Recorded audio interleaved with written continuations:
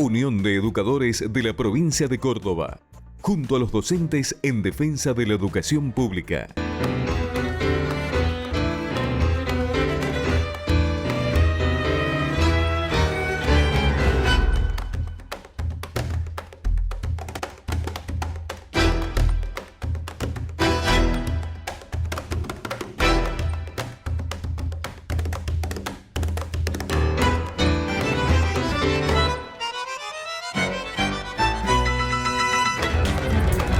Muy bienvenidos a una nueva edición de Principio Activo Salud y Sociedad.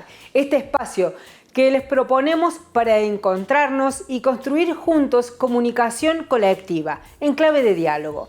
Y el programa de hoy está dedicado centralmente a la agroecología. Esta propuesta en la que insistimos desde nuestro programa porque es algo más que una forma de producción de alimentos sana, segura y soberana. Nos parece que es una forma de mirar y de organizar la sociedad en clave de sustentabilidad y de justicia social. Por eso entrevistamos a Fernando Frank. Él es ingeniero agrónomo de la Universidad de San Luis, trabaja en San Luis en la Secretaría de Agricultura Familiar.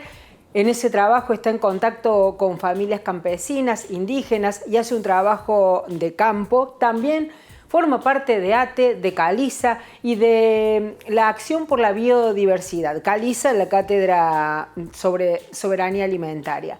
O sea, un perfil absolutamente integral a todo lo que consideramos como agroecología en esta forma de ver el mundo y de organizar la vida. Con él tratamos de un tema que nos parece que es central: el agronegocio versus la agroecología. Hay un montón de información y por ahí de mitos que nos dicen que el agronegocio, que la agroindustria es absolutamente irreemplazable y que es fundamental para salir y para sacar a la Argentina de la crisis por su capacidad de generar divisas y commodities. Entonces, ¿dónde queda la mesa y la alimentación de los argentinos en un momento donde tenemos casi 50% de la población pobre y mucho más de ese porcentaje mal alimentada? ¿Es real que la agroindustria nos va a sacar de la crisis o la profundiza? ¿Cómo interactúa con la agroecología? Algunos de los temas que abordamos con Fernando Frank.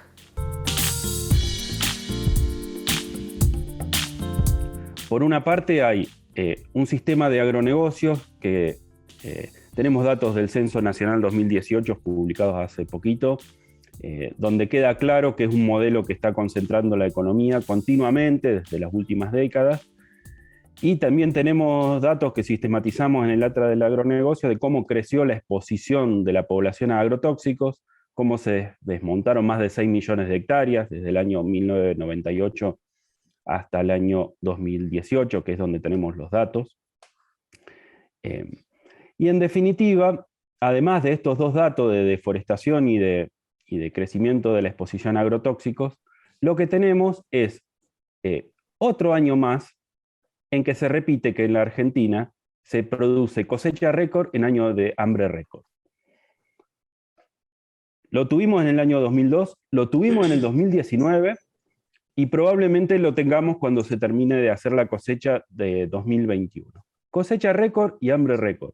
Entonces tenemos un problema claro, y tenemos datos muy concretos que muestran que el hambre en la Argentina y la malnutrición, que es un tema asociado, no están causados en la falta de producción. El primer punto, porque todavía se escuchan voces que dicen que produciendo más automáticamente se van a solucionar los problemas de hambre y pobreza en la Argentina. Lo que tenemos para plantear es que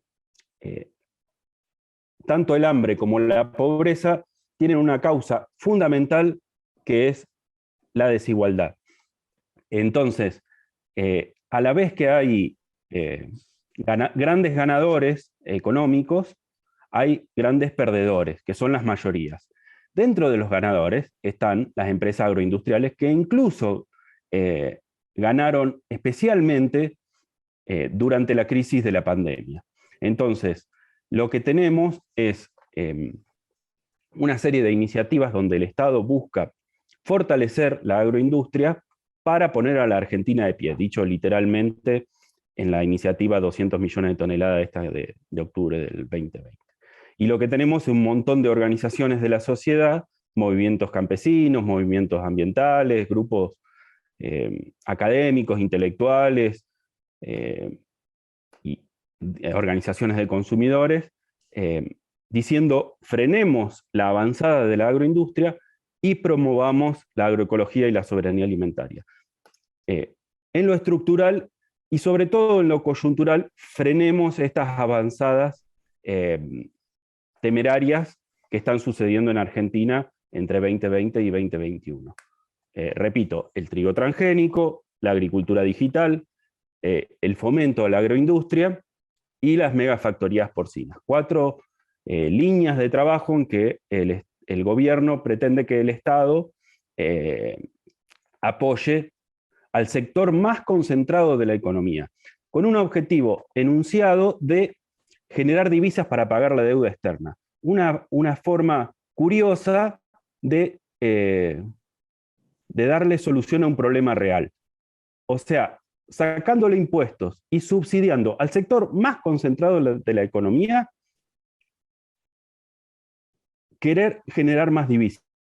Ese sector más concentrado de la economía está en los Panama Papers, está en los Pandora Papers, son los que forman activos financieros en el exterior, eso está estudiado, está probado. Entonces, bueno, lo que tenemos, como digo, son un gran número de conflictos que se pueden abordar desde muchas perspectivas, de la justicia, por supuesto, en los casos de acciones ilegales, como el contrabando en los puertos, como la evasión fiscal, pero un montón de problemas políticos, económicos, sanitarios y alimentarios, que se pueden abordar también desde la crítica que constituye la agroecología. La agroecología es muchas cosas, y además de dar herramientas para la transición necesaria hacia sistemas más justos y más sustentables, o más sostenibles, o más humanos, o más vinculados a los derechos, además da muchas herramientas para hacer una crítica detallada del sistema de los agronegocios. Vamos a seguir escuchando a Fernando Frank en el próximo bloque, pero nos parece importante destacar o remarcar esto de cosecha récord, hambre récord, y cómo la pobreza y el hambre es absolutamente causa de la desigualdad y cómo se elige seguir apoyando a sectores súper concentrados que son las que generan esta desigualdad, esta hambre y esta pobreza. Fin del primer bloque de Principio Activo Salud y Sociedad. En el segundo bloque seguimos con este tema.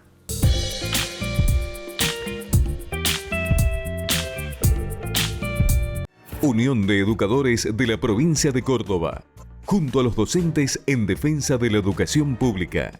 Obra social del personal de la industria gráfica de la provincia de Córdoba. Defendemos el sistema solidario de atención de la salud. La salud es un derecho, no un negocio.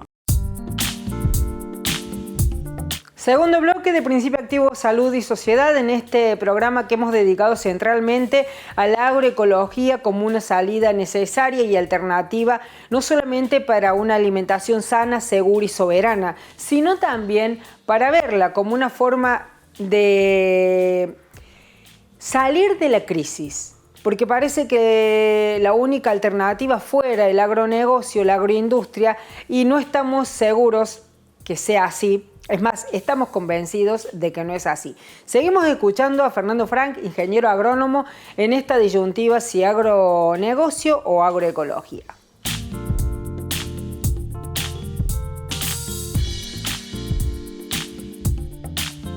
Hay una disyuntiva muy clara entre el supuesto mandato exportador, como que Argentina, entre comillas, naturalmente está destinada a exportar commodities en el mercado global, o otra mirada que es la de la soberanía alimentaria, que no repite este mito falso del crecimiento como automático motor del desarrollo, sino que busca plantear derechos, acceso al derecho a la alimentación, acceso al derecho al trabajo. Los agronegocios dicen que generan muchos puestos de trabajo y los datos del mismo Estado dicen todo lo contrario, son muy pocos miles de puestos de trabajo y es el sector más precarizado y en negro de la economía, de toda la economía formal argentina.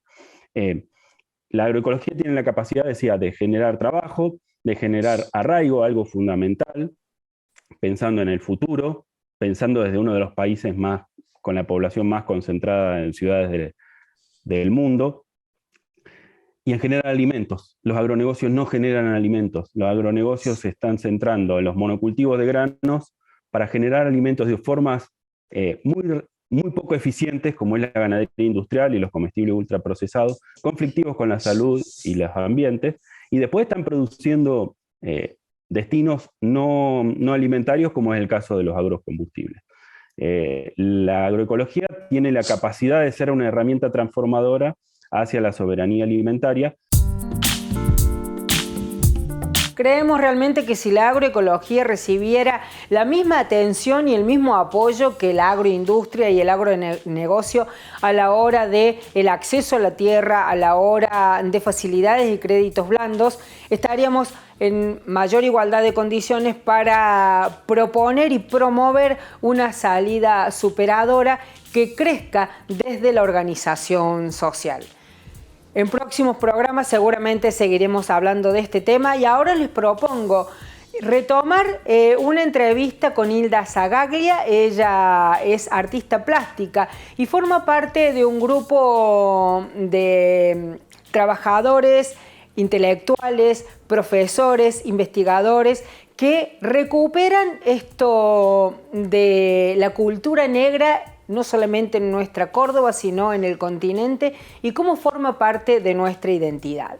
La retomamos hoy porque justamente el 8 de noviembre es el Día del Afrodescendiente Argentino.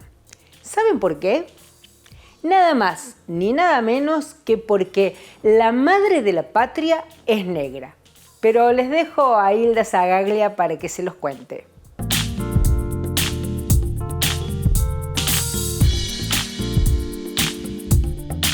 Se toma como el Día de la Muerte de María Remedios del Valle, que fue una afro-argentina que luchó ya en la independencia con Liniers contra los ingleses, y después, cuando se armó el ejército para el norte, ella se alistó al ejército con su marido y sus 2 hijos, los pierde en las distintas batallas, en Vilcapugio, en Ayohuma estuvo, bueno, terminó sola arriba con el ejército del norte, fue tomada presa montones de veces y terminó ejerciendo como enfermera. María Remedios, mira el nombre, María Remedios del Valle.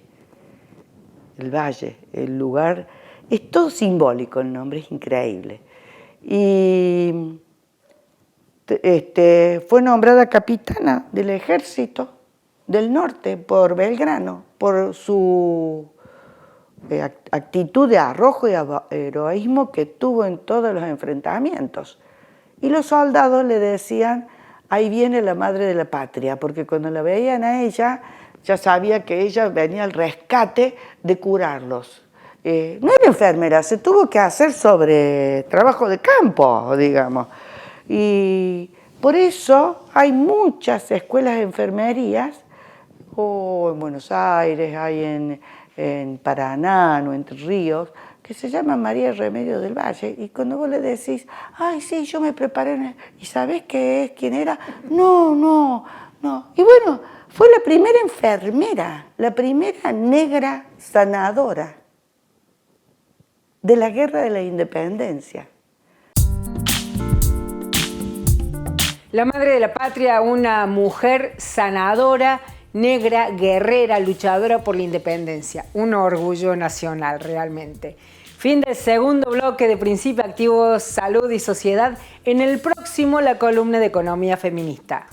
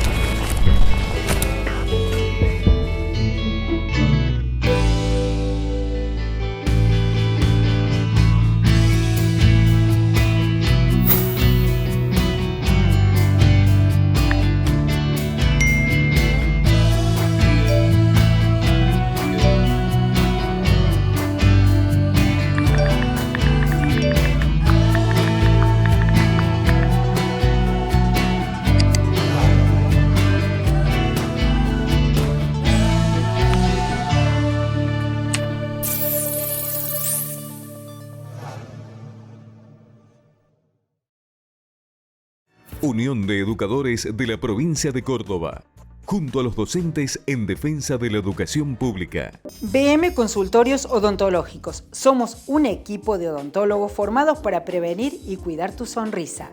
Te cuidamos, nos cuidamos.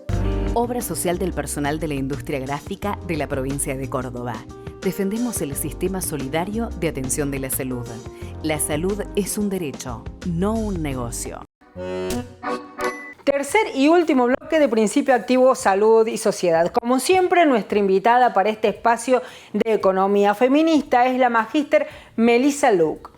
Y con ella vamos a charlar de un tema casi provocado, digamos, por alguno de nuestros televidentes o seguidores en redes, que cuando hablamos de economía feminista nos consultan o nos preguntan o nos inquieren sobre por qué hablamos de economía feminista, que la economía es una ciencia que no tiene género.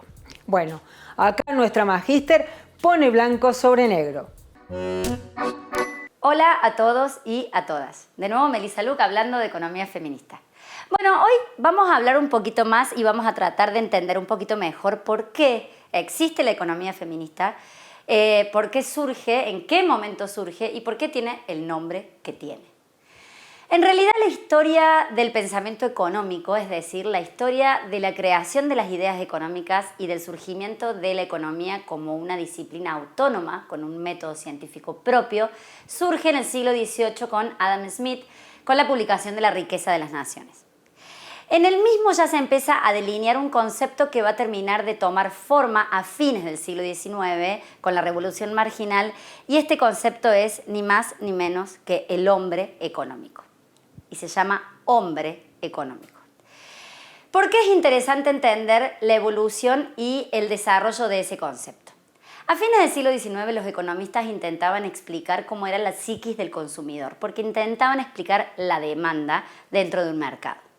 Llegado ese momento se encontraron con un problema y se dieron cuenta de la forma que tenían para resolver ese problema. Era muy fácil. Los consumidores tienen una forma de responder a sus necesidades que para los economistas se puede simplificar en lo siguiente: somos todos agentes racionales. Esto quiere decir que todos tomamos exactamente las mismas decisiones en cuanto a las decisiones económicas y los fenómenos económicos. Eso quiere decir que no importa si sos blanco o si sos negro, no importa si naces en Estados Unidos o si naces en África, no importa si sos hombre o si sos mujer. Básicamente todas las decisiones que tomamos, los agentes económicos son exactamente las mismas. Esta simplificación no es ni la primera ni la última simplificación que los economistas hacemos para estudiar la realidad. A lo largo de toda la historia de nuestra disciplina, los economistas hemos intentado modelizar la mayor cantidad de fenómenos económicos que observamos en la vida real. Los modelizamos, simplificamos la realidad, como por ejemplo diciendo esto: somos todos agentes racionales, y por lo tanto, de esa forma podemos hacer agregados económicos, podemos sumar decisiones individuales. Estos modelos nos permiten ver qué podría pasar si se modifican ciertas variables y observar el resultado que deviene de esa modificación. ¿Es real? No, no es real. ¿Es parte de lo que pasa en la realidad? No, no es parte. Pero sí nos permite entender muchas cosas que suceden en la realidad y nos permiten anticipar alguna idea de cómo puede llegar a ser el resultado. En esa simplificación se ganó mucho, pero también se perdió muchísimo. Y en particular lo que se perdió fue el trabajo que las mujeres realizamos día a día y que el mercado no remunera.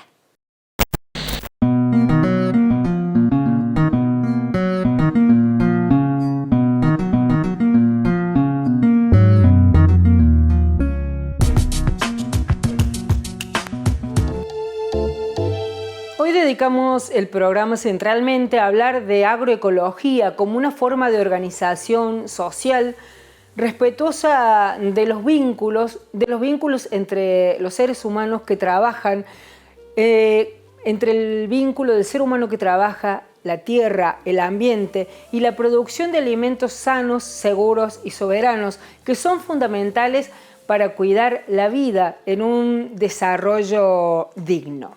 La agroecología como una forma de organizar la vida y la esperanza, como una forma que nos parece que es urgente y necesaria de poner en el foco y de asumir como una causa justa, no solamente de aquellos que hacen la producción en la tierra, sino de todos aquellos que tenemos como ideal una Argentina que sea soberana y que pueda darle de comer a toda su población, que pueda darle de comer a toda su población alimentos, no productos o desechos o solamente harinas, que alimentarse tenga que ver con nutrirse físicamente y espiritualmente en armonía y no solamente con llenarse la panza. Tiene que ver con las claves de la soberanía alimentaria que va absolutamente de la mano y digamos que es la otra cara de una misma moneda que propone la agroecología.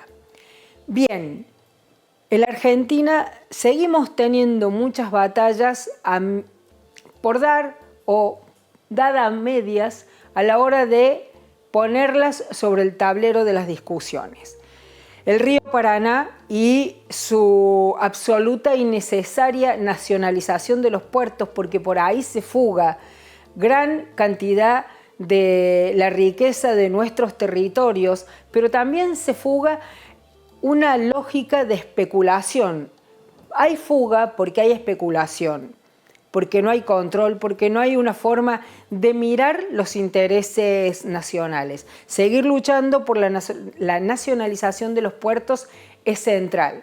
Seguir denunciando que en Córdoba nos siguen incendiando los bosques para plantar soja, haciéndonos creer que eso es enriquecer a la patria y hacerla crecer, también es una discusión que tenemos que dar y tenemos que visibilizar que la soja no nos da ni de comer ni nos brinda commodities o ingresos en divisas para poder crecer. Ya dijimos muchas veces en nuestro programa que el crecimiento económico no implica necesariamente desarrollo de la nación. El crecimiento económico tiende, por lógica, a concentrarse en muy pocas manos que son justamente las que utilizan nuestros recursos naturales y nuestra fuerza de trabajo para enriquecerse en un grupo muy minoritario que justamente fuga esos capitales y los saca del país. Por eso, frente a esta lógica perversa de unos pocos que eligen incendiar la patria por intereses económicos y darle la espalda al pueblo, la única forma posible que tenemos en defensa propia es tener absolutamente en claro cuáles son los intereses del común de la gente. El tuyo en tu casa, el de trabajar con dignidad, de que haya una reivindicación de ese trabajo, no solamente en lo simbólico, sino en lo económico, que lo que ganemos nos sirva para llegar a fin de mes y para darle a nuestras familias lo que merecen, que podamos comer alimentos y no productos, que sepamos qué nos llevamos a la boca. Por eso saludamos la ley de etiquetado frontal, en la cual hemos militado profundamente. Y todo eso, ¿por qué se los traigo a colación? Porque cada uno, desde nuestro humilde lugar, no es solamente una persona aislada.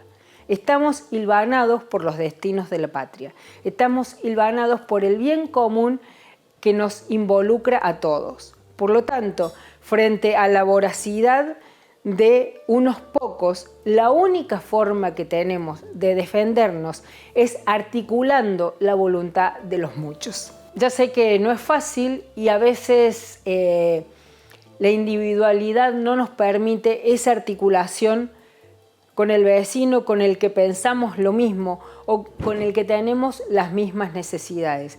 Pero es fundamental retomar la organización desde la base, desde el que está a nuestro lado, para decirle a los dirigentes, a los políticos, a los que elegimos como representantes, cuáles son nuestras necesidades, cómo es el país que soñamos y reclamarlo en cada uno de nuestros actos y también, si es necesario, en la calle.